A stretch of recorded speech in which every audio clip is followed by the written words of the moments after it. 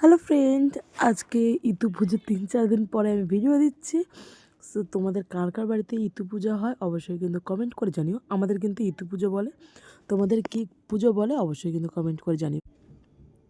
ইতু পুজোটা না আমাদের এই ননদ, আমার জেঠি শাশুড়ি আর আমার বড় জামাই করে।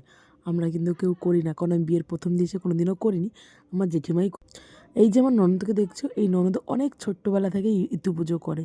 ও পারে না কিন্তু ও তবুও করবে।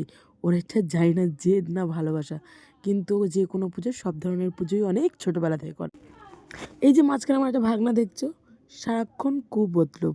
ওর মনে হচ্ছে ও উডুলু দেবে, ও শঙ্খ বাজাবে, ও নাকি পাঁচালি পরবে। ও কি পাঁচালি পরতে পারে? ওকে সেটা কে আর বোঝা। যাই হোক, বড় যা ওদিকে পাঁচালিটা পরে নিল, আর এদিকে সবাই পুজো টুজো করে সবার কাছে প্রসাদ পৌঁছে দিল। সো তোমাদের কার কার বাড়িতে ইতু পুজো হয় অবশ্যই কিন্তু কমেন্ট করে জানাতে ভুলো না। ইতু পুজো কিন্তু আমাদের সকালে ভাসায়, মানে ভোরবেলাটা। তোমাদের কখন ভাসায় অবশ্যই কমেন্ট করে জানাবে, সকালে নাকি রাত্রে। আর হ্যাঁ, কে কে ইতু পুজো করো না সেটাও জানাতে ভুলো না। আমি করি না তাই আমার মতলবটা জানালাম। তোমরা কে কে করো বা করো না অবশ্যই কিন্তু কমেন্ট করে জানাতে ভুলো না। আর হ্যাঁ, বলে যেও তো ইতু পুজোটা কবে হয়েছে, যে যে জানো অবশ্যই কমেন্ট করে জানিয়ে যেও। টাটা, দেখা হচ্ছে পরের ভিডিওতে।